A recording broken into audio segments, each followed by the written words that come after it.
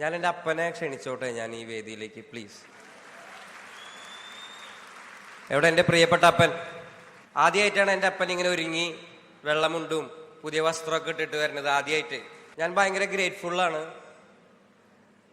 എനിക്ക് തോന്നുന്നു Indian film ഇൻഡസ്ട്രിയുടെ ചരിത്രത്തിൽ ആദ്യമായിട്ടായിരിക്കും ഒരു ഇൻഡിപെൻഡൻറ്റ്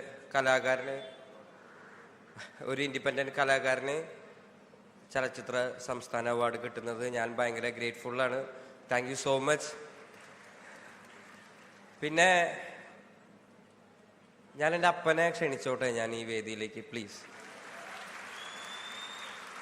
എവിടെ എൻ്റെ പ്രിയപ്പെട്ട അപ്പൻ?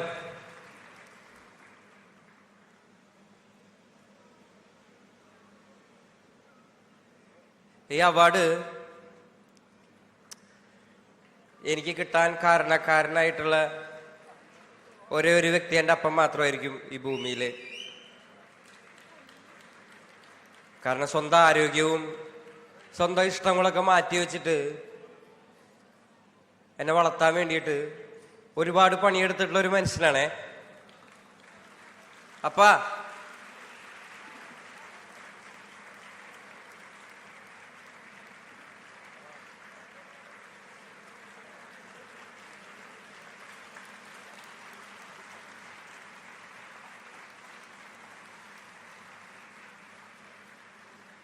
ആദ്യമായിട്ടാണ് എൻ്റെ അപ്പൻ ഇങ്ങനെ ഒരുങ്ങി വെള്ളമുണ്ടും പുതിയ വസ്ത്രമൊക്കെ ഇട്ടിട്ട് വരുന്നത് ആദ്യമായിട്ട് ലൈഫിൽ.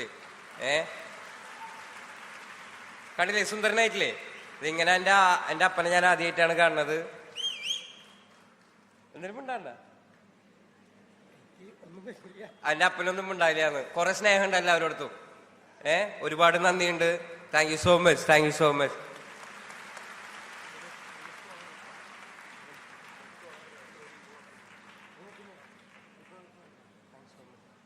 ഞാൻ പതുക്കെ രണ്ടുപേരെയും മൂളിയിട്ട് പതുക്കെ നിർത്താം. അപ്പൊ കൂടല്ല.